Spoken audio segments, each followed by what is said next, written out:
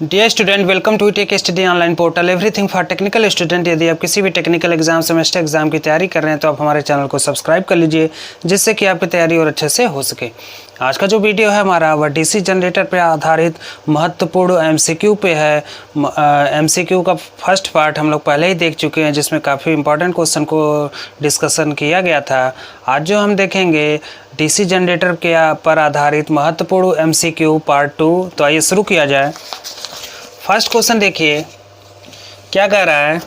कह रहा है कि निम्नलिखित में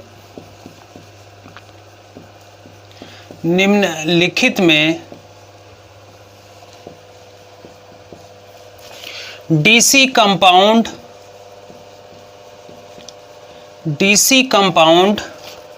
जनरेटर की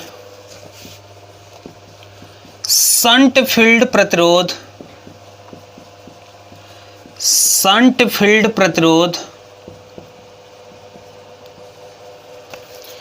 बताता है यानी इसका प्रतिरोध कितना होगा यही पूछ रहा है। तो ऑप्शन देखिए, ऑप्शन फर्स्ट कह रहा है 1 ओम, ऑप्शन सेकंड कह रहा है 100 ओम, ऑप्शन थर्ड कह रहा है 1.5 ओम और फोर्थ कह रहा है आपका 1 किलो ओम के बराबर। तो हमें पता है डीसी जनरेटर है आपका वह पृथक उत्तेजित और स्व उत्तेजित होता है। तो स्व उत्तेजित जो होता है उसमें हम प्रकार देखते हैं, तो प्रकार हमारा 3 प्रकार का होता है, श्रेणी मोटर, शंट मोटर और कंपाउंड मोटर, या श्रेणी जनरेटर, शंट जनरेटर या कंपाउंड जनरेटर। तो जो कंपाउंड जनरेटर होता है उसको आगे 2 भागों में विभक्त किया गया है। पहला होता है शॉर्ट शंट कंपाउंड जनरेटर, जो उसकी वाइंडिंग के फील्ड तथा आर्मेचर के कनेक्शन के आधार पर डिवाइड किया गया है। और दूसरा होता है लॉन्ग शंट कंपाउंड जनरेटर, जिसमें हम वाइंडिंग को क्या करते हैं, तो हमारा जो वाइंडिंग होता है वह पैरेलल होता है, आर्मेचर और फील्ड की शंट सीरीज फील्ड वाइंडिंग दोनों के पैरेलल होता है शंट फील्ड वाइंडिंग। तो यहाँ पे देखिए कह रहा है कि निम्नलिखित में डीसी कंपाउंड जनरेटर की शंट फील्ड का प्रतिरोध कितना होगा। तो शंट फील्ड का जो प्रतिरोध होता है लगभग वो 100 ओम के बराबर होता है। सेकंड क्वेश्चन देखिए, कह रहा है कि बड़े डीसी मशीन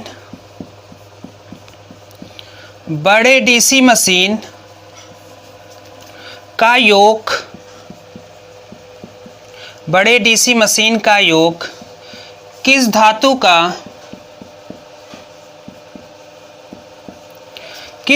का बना होता है। बड़े डीसी मशीन का योग किस धातु का बना होता है। पहला है हाई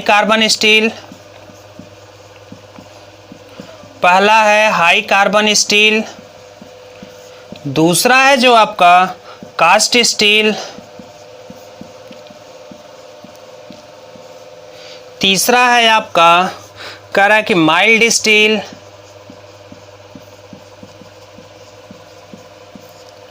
और चौथा कह रहा है रॉट आयरन। तो देखिए जो डीसी मशीन हो गया, जो चाहे वो डीसी मोटर हो चाहे वो डीसी जनरेटर है, जो उसका योग होता है, योग को हम क्या दूसरा नाम कह सकते हैं कि योग को बॉडी ही कहा जाता है। तो योग जो बना होता है वह कास्ट स्टील का बना होता है। योग क्या करता है, पूरे मशीन को मैकेनिकल बैलेंस या यांत्रिक संतुलन प्रदान करता है, जिसके अंदर जब हमारे फील्ड में जब करंट फ्लो होता है तो वहाँ पे जो मैग्नेटिक फील्ड बनेगा, तो मैग्नेटिक फील्ड क्या करता है, बाहर नहीं निकलता। इस योग के कारण उतने ही एरिया में मैग्नेटिक फील्ड या चुंबकीय क्षेत्र या फ्लक्स कह सकते हैं कि रह जाता है। तो जो हमारा बड़े डीसी मशीन का योग होता है वह हमारा कास्ट स्टील का बना होता है। थर्ड क्वेश्चन देखिए, थर्ड क्वेश्चन कह रहा है रोधन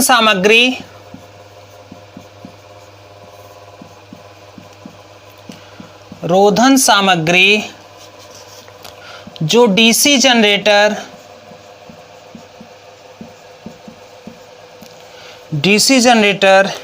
के कम्यूटेटर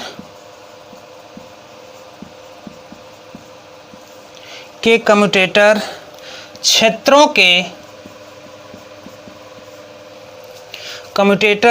के बीच प्रयोग में लाई जाती है। आपको पता है कि जो कम्यूटेटर बना होता है वह हार्ड ड्रान कॉपर का बना होता है, कठोर खींचे हुए तांबे का बना होता है। और कम्यूटेटर के दो पत्तियों के बीच का जो भाग होता है उसे हम सेगमेंट कहते हैं। उस सेगमेंट में हम किसी भी अचालक पदार्थ को भरते हैं, इसलिए भरा जाता है कि दो सेगमेंट है या जो दो पत्तियां हैं वो आपस में शॉर्ट सर्किट ना हो। तो वही पूछ रहा है कि रोधन सामग्री जो डीसी जनरेटर कम्यूटेटर क्षेत्रों के बीच प्रयोग में लाई जाती है वह क्या है। तो ऑप्शन देखिए, पहला कह रहा है कागज,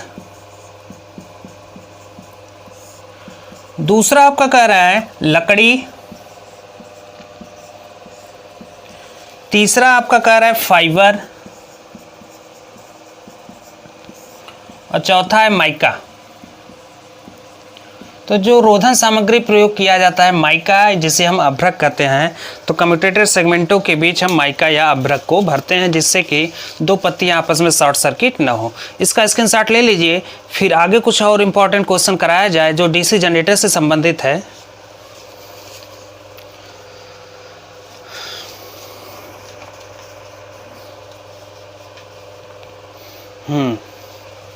जितने भी क्वेश्चन कराए जा रहे हैं सब डीसी जनरेटर के ही हैं और सब इम्पॉर्टेंट क्वेश्चन है। डीसी जनरेटर एक महत्वपूर्ण भूमिका निभाती है एक इलेक्ट्रिकल ट्रेड से के स्टूडेंट के लिए या इलेक्ट्रीशियन ट्रेड के स्टूडेंट के लिए। डीसी जनरेटर क्या है? मशीन का आधार है, जो कि मशीन हम जब पढ़ना शुरू करते हैं तो पहला चैप्टर हमारा डीसी जनरेटर ही होता है, जो कि सारे फंक्शन को, सारे ऑपरेशन को, मोटर का है चाहे जनरेटर का हो, किस सिद्धांत पे कार्य करता है और कितने प्रकार का होता है, सारी चीजें हम लोग डिस्कस करते हैं। नेक्स्ट क्वेश्चन देखिए, चौथा क्वेश्चन कह रहा है कि वोल्टता बनाने के लिए, वोल्टता बनाने के लिए शंट क्षेत्र प्रतिरोध, शंट क्षेत्र प्रतिरोध, शंट क्षेत्र प्रतिरोध होना चाहिए, उसका मान पूछ रहा है कितना होना चाहिए। तो ऑप्शन देखिए, ऑप्शन फर्स्ट कर रहा है अनंत, ऑप्शन सेकंड कर रहा है आर्मेचर के बराबर,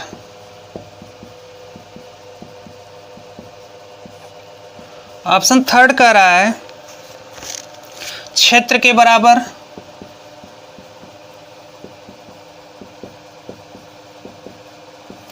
क्षेत्र के बराबर, और ऑप्शन फोर्थ कह रहा है क्रांतिक प्रतिरोध से कम, क्रांतिक प्रतिरोध से कम। तो देखिए वोल्टेज शंट फील्ड क्षेत्र में वोल्टेज को बनाने के लिए जो कंडीशन है कि हमारा जो शंट फील्ड का प्रतिरोध है वह क्या होना चाहिए? क्रांतिक प्रतिरोध से कम होना चाहिए, क्रांतिक प्रतिरोध से कम होना चाहिए। नेक्स्ट क्वेश्चन देखिए, कह रहा है किस प्रकार का, किस प्रकार का डीसी जनरेटर स्थिर वोल्टेज, स्थिर वोल्टेज बनाए रखता है?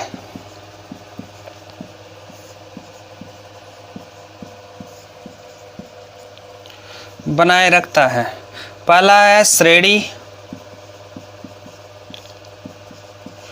दूसरा है शंट, तीसरा है लॉन्ग शंट और चौथा है शॉर्ट शंट। तो देखिए वोल्टेज बनाए रखने के लिए आप जब shunt generator, DC shunt generator जिसे हम कह सकते हैं समांतर जनरेटर, तो डीसी शंट जनरेटर का जो वोल्टेज होता है वह स्थिर होता है। तो यहाँ पे जो सही आंसर होगा वह ऑप्शन बी इसका सही आंसर होगा। तो इसका स्क्रीनशॉट ले लीजिए, जो कि महत्वपूर्ण क्वेश्चन है डीसी जनरेटर का।